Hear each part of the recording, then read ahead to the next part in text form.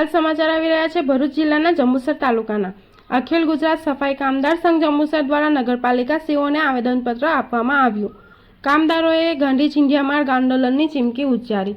જંબુસર નગરપાલિકા દ્વારા જંબુસર નગરમાં આઉટસોર્સિંગથી સફાઈની કામગીરી કરવામાં આવી રહી છે તે તાકીદે બંધ કરવા અને પડતર માંગણીઓનું દિન 15માં નિકાલ લાવવા અખિલ ગુજરાત સફાઈ કામદાર સંઘ જંબુસર દ્વારા પ્રમુખ મણિલાલ ડી સોલંકીના આગેવાનીમાં નગરપાલિકા ચીફ ઓફિસરને આવેદનપત્ર આપવામાં આવ્યું હતું। જો દિન 15માં નિકાલ નહીં આવે તો ગાંધી ચિંધ્યા માર્ગ આંદોલન અને અચોક્કસ મુદ્દતની હડતાલની ચીમકી ઉચ્ચારી હતી।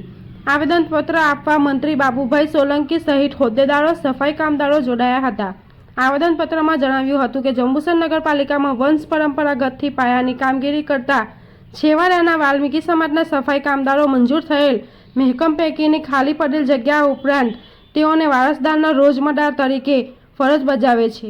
3 દાયકા ઉપરાંત પડતર માંગણીઓના અંગે સંઘ દ્વારા વખતો વખત લેખિત મૌખિક રજૂઆત પાલિકા તથા સરકારને કરવા છતાંય સંદર્ભમાં જણાવ્યા મુજબ નામદાર કોર્ટ અને સરકાર દ્વારા કામદારોના હિતમાં હુકમો પરિપાત્ર કરવામાં આવેલ તેમ છતાંય મનસ્વી રીતે કોર્ટ અને સરકારના પરિપાત્રોનું સરેઆમ ઉલ્લંઘન કરવામાં આવે છે। હક અને અધિકારોના લાભોથી વંચિત રાખી શોષણ કરવામાં આવે છે, જે બાબતે જંબુસર નગરપાલિકા દ્વારા આઉટસોર્સિંગથી સફાઈ કામગીરી તાકીદે બંધ કરવા અને 3 દાયકા ઉપરાંતની પડતર માંગણીઓનું દિન 15માં નિકાલ કરવામાં નહીં આવે તો સંઘ સાથે જોડાયેલા તમામ કામદારો ગાંધી ચિંધ્યા માર્ગ આંદોલન અને ચોક્કસ મુદ્દતની હડતાલનો આશરો લેવાની ચીમકી ઉચ્ચારી રહી છે।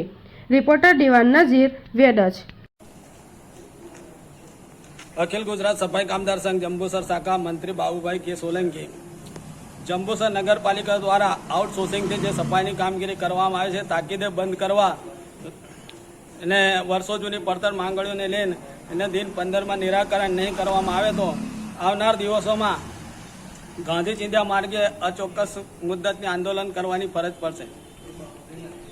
જે સરકારશ્રીના વખતો વખતના પરિપત્રનું અનાદર કરવામાં આવી રહ્યું છે જંબુસર નગરપાલિકા દ્વારા અને સરકારશ્રીના પરિપત્રો અને કોર્ટના હુકમોનો પણ અનાદર કરવામાં આવી રહ્યું હોય છતાં પણ જંબુસર નગરપાલિકામાં આઉટસોર્સિંગથી જે કામગીરી કરવામાં આવી રહી છે તે તદ્દન કુદરતી સિદ્ધાંત અને બંધારણીય જોગવાઈની વિરુદ્ધ હોય એ દુઃખદ બાબત કહેવાય। જો આવનાર દિવસોમાં સફાઈની કામગીરી આઉટસોર્સિંગથી બંધ કરવામાં નહીં આવે તો પડતર માંગણીઓને લઈને અમે અચોક્કસ મુદ્દતના આંદોલન કરવાની ફરજ પડશે।